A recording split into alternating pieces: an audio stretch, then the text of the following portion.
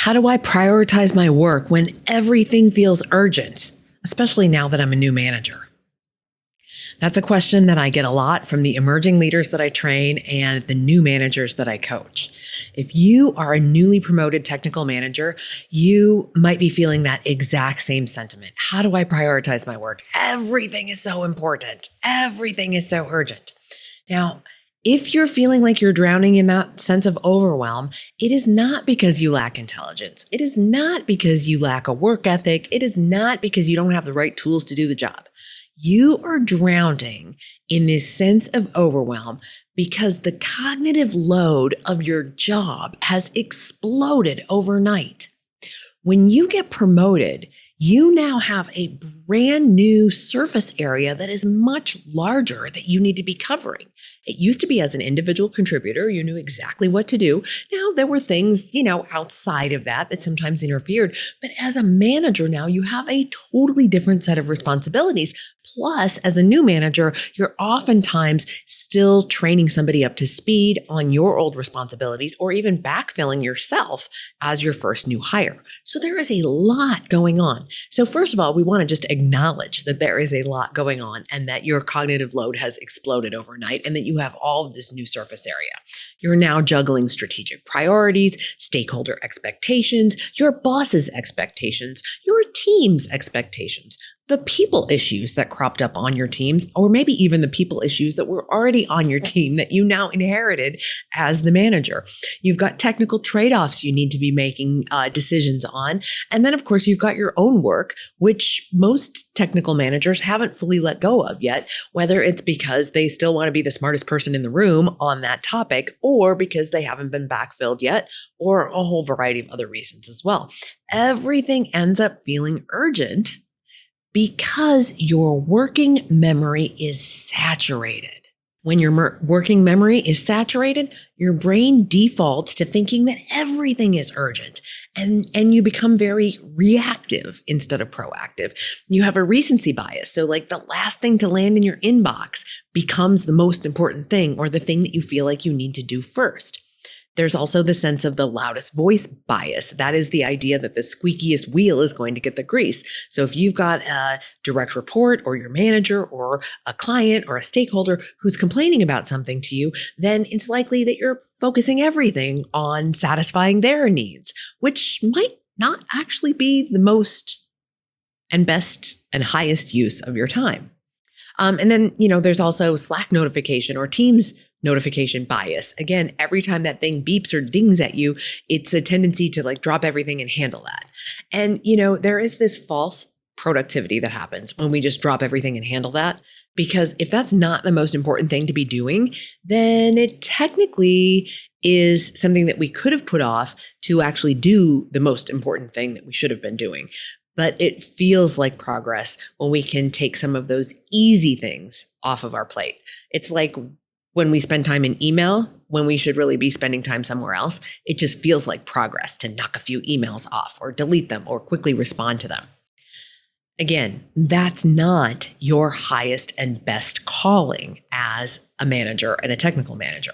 So now let's just dig into the answer to this question. How do I prioritize my work when everything feels urgent, especially now that I'm a new manager?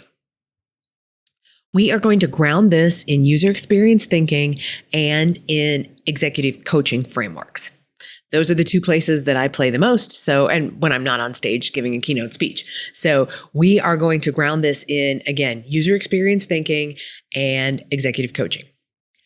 You could just think of me as your UX trained executive coach, which is kind of what I actually am. So there we go. When everything feels urgent, it is usually not a prioritization problem. It's a cognitive load problem. We already talked about that. We already established that. When you've got too much in your head, again, your working memory is limited. And when you get overloaded, you stop distinguishing between what's urgent and what's important.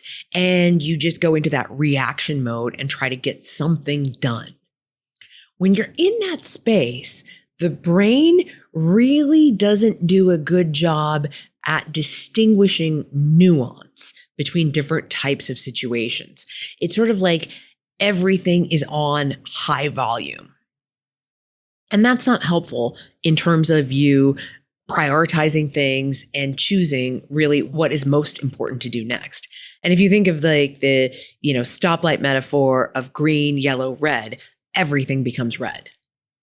And this is not a discipline failure on your part. It's a design failure. So we want to look at what's behind that design failure.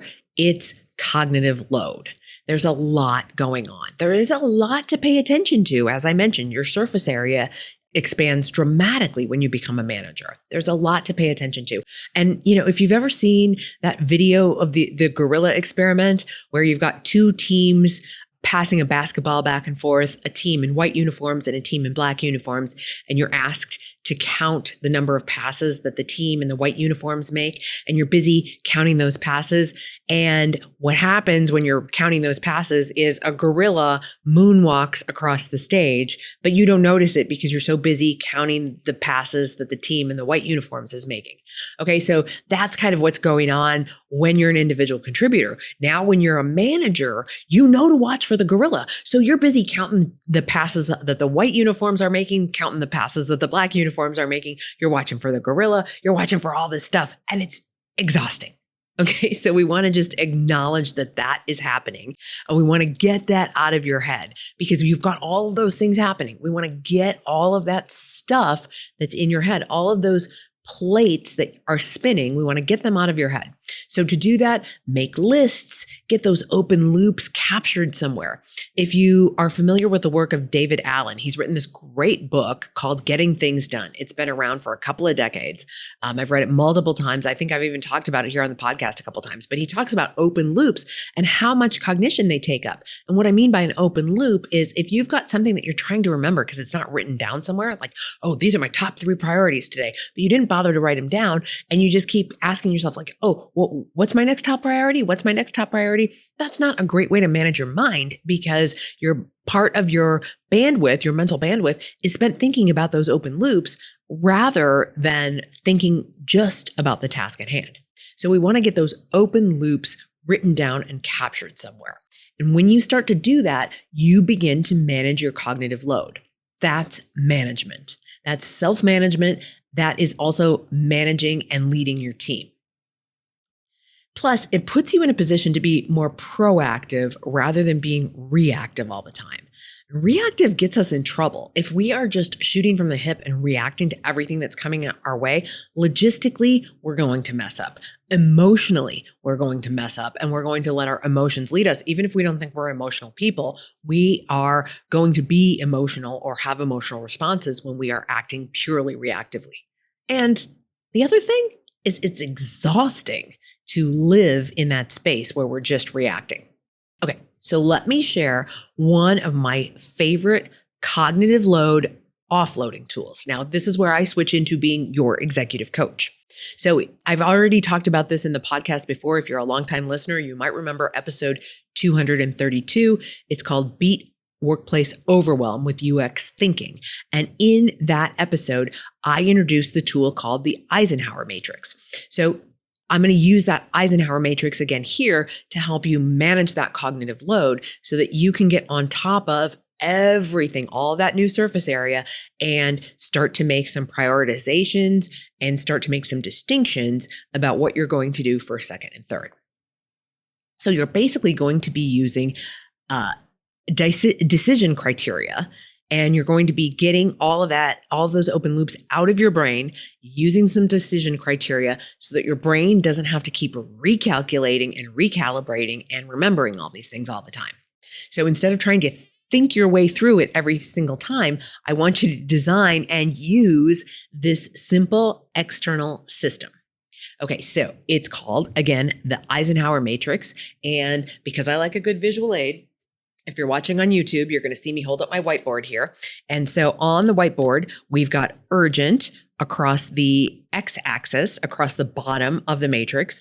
And then, so this is just a 2x2 grid. If you're listening on a podcast, it's a 2x2 grid. And across the bottom, we've got the low urgency to high urgency. And then the vertical axis is importance. So we'll go from low importance to high importance. And then what we're going to do is with all of those open loops, again, remember David Allen here, we're going to take all of those things that we got out of our head and we're going to place them in one of the 4 quadrants in this matrix.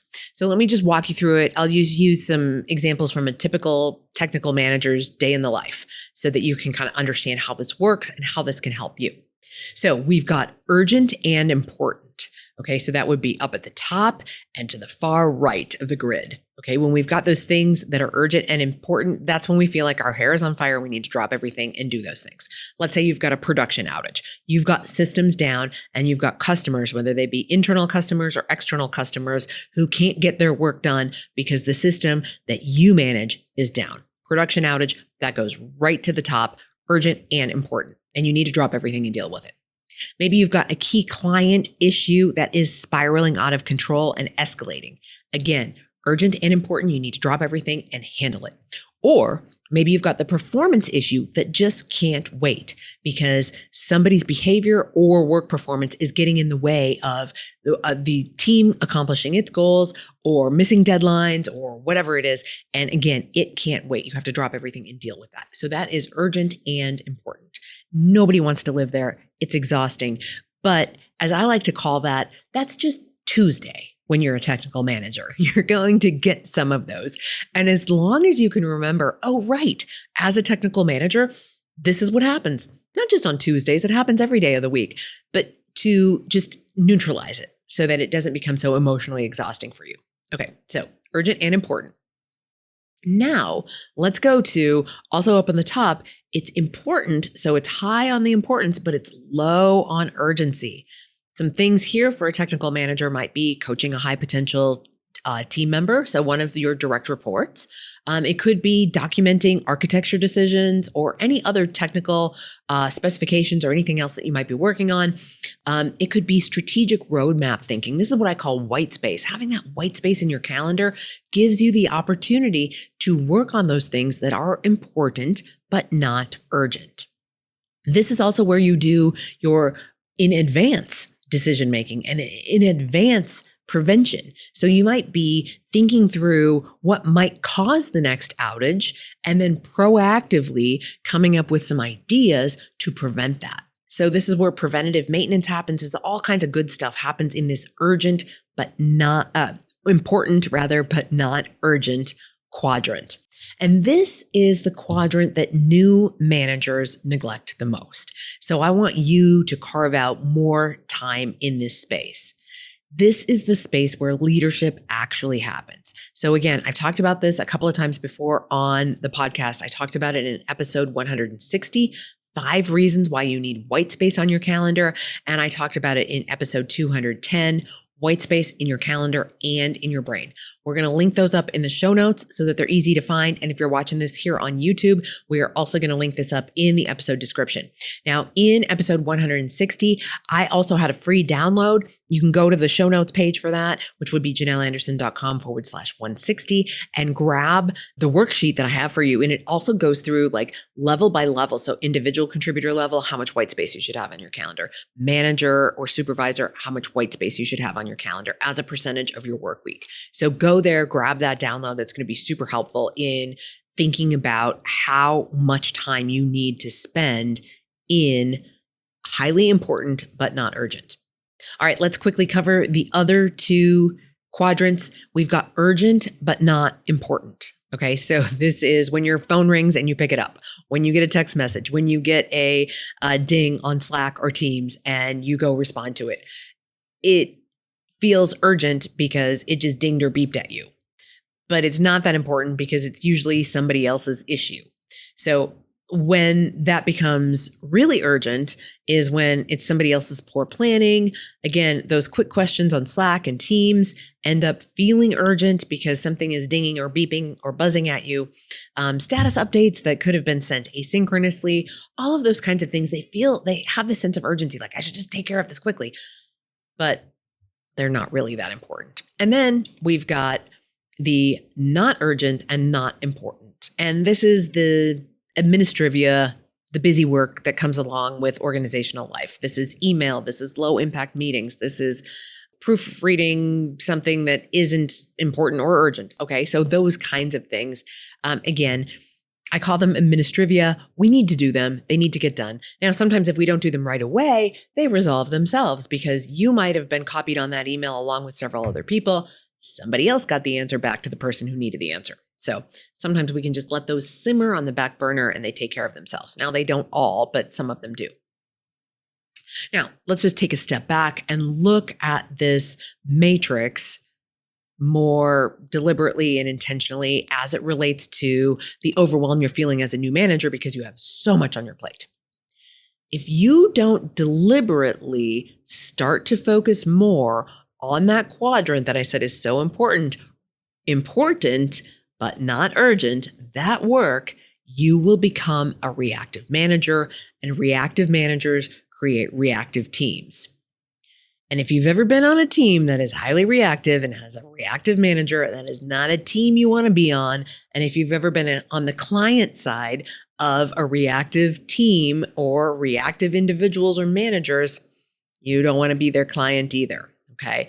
So when you use the Eisenhower Matrix and you plot all of your work, all of those priorities, all of those open loops onto this matrix, taking this approach, your hair is no longer on fire. It's just another Tuesday as a manager. And again, the more you get into that quadrant of highly important and low on the urgency level, you are going to be a better manager and a better leader.